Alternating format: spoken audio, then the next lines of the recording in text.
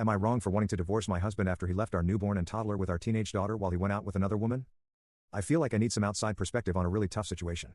My husband and I have been married for 19 years, and we have 3 kids together, a 13-year-old daughter, a 2-year-old, and a newborn. Our journey to parenthood wasn't easy, we faced a lot of fertility struggles, and my husband has been my rock through it all. That's why this situation has hit me so hard. Recently, I started thinking about divorce after I realized my husband had left our young children alone at home while he went out on what appears to be a date with another woman. It's been difficult for me to process everything, and I'm still unsure if I'm overreacting. His parents seem to think it was just a mild mistake, but I honestly find that hard to swallow. A couple of days ago, I decided to take a much-needed me day. I told my husband how I felt, and he agreed I could go out for a bit. I went out with my mom and sister for lunch, a mini shopping spree, and we even got our nails done. It was lovely to have some time to unwind. I left the house around 1 p.m., planning to be back around 6 p.m. My husband was supposed to be at home with the kids since we didn't have anyone to babysit on short notice. While I was out, I received notifications from our Ring camera. Around 5:50 p.m., I saw something was happening at the front door. I called my husband, who assured me everything was fine and that he was just picking up pizza. I thought nothing of it, knowing he was with the kids. Fast forward to around 6 p.m. when I got another notification that he was back home. Due to the long wait at the nail salon and bad traffic, I didn't arrive home until about 8 p.m. When I got inside, I immediately noticed something was off. My husband's car was gone.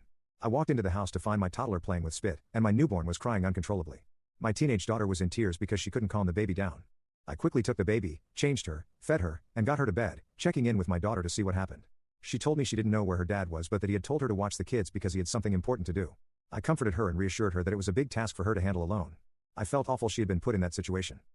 My husband finally came home around 10 p.m., looking somewhat drunk. When I asked where he had been, he casually claimed he was with his wife and having a good time. It felt like a slap in the face. He took off his pants and acted as if everything was normal, completely dismissing what had just happened. The next day, when I confronted him about his absence, he lied and said he fell asleep at 7:35 p.m. I was furious and called him out for being dishonest, insisting I knew he had been out with another woman. I reached out to my mother-in-law and my own mom for advice, trying to gain some perspective.